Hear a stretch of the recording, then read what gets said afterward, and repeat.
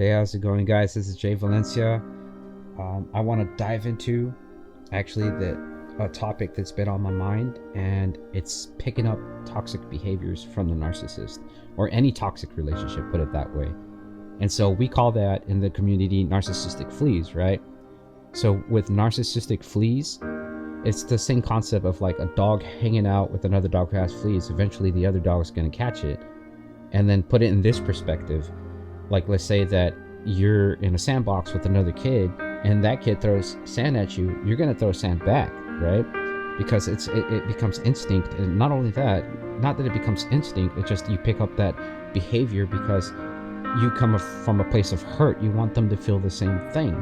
And so you see, it's different though when it comes to victims when they do that. It comes from a place from frustration, and it comes from a place of being resentful. You see, when an abuser does it, it comes from a place of manipulation and control. And so there is a difference in that dynamic of power.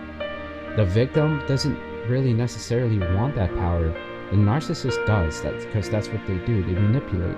You see, the victim usually is the one that has empathy. They're just frustrated. They're fed up, put it that way. And so they usually go about these relationships doing so. It's like it's not healthy, first of all, and second of all, it's you have to realize kind of who you're dealing with though, and a lot of people don't realize what they're dealing with at the time. It's not until you're out of the relationship and you realize that, man, like I really picked up these bad behaviors. That's why I'm probably hyper-vigilant. And that's what it is though. You see, when you're exhibiting these fight and flight modes, you know, that's reactive abuse.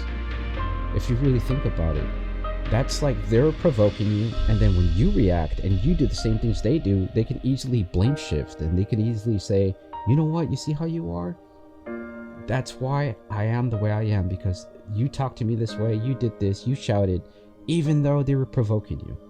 That's reactive abuse, and that's why sometimes you feel combative, because it's like you get so frustrated because you've done everything you could and nothing's working, but then they push and push and push and push.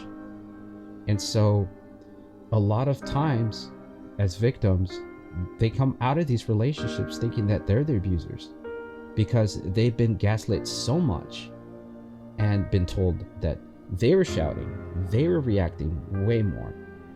And the narcissists just put their hands in the air and be like, you know what?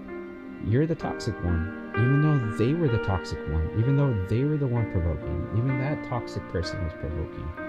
So that's one thing that it's hard to notice at first, for sure. But when you step out of a relationship and you actually could really gather all that information and really analyze everything that was really going on, then you actually see the puzzle for what it was before it was completed.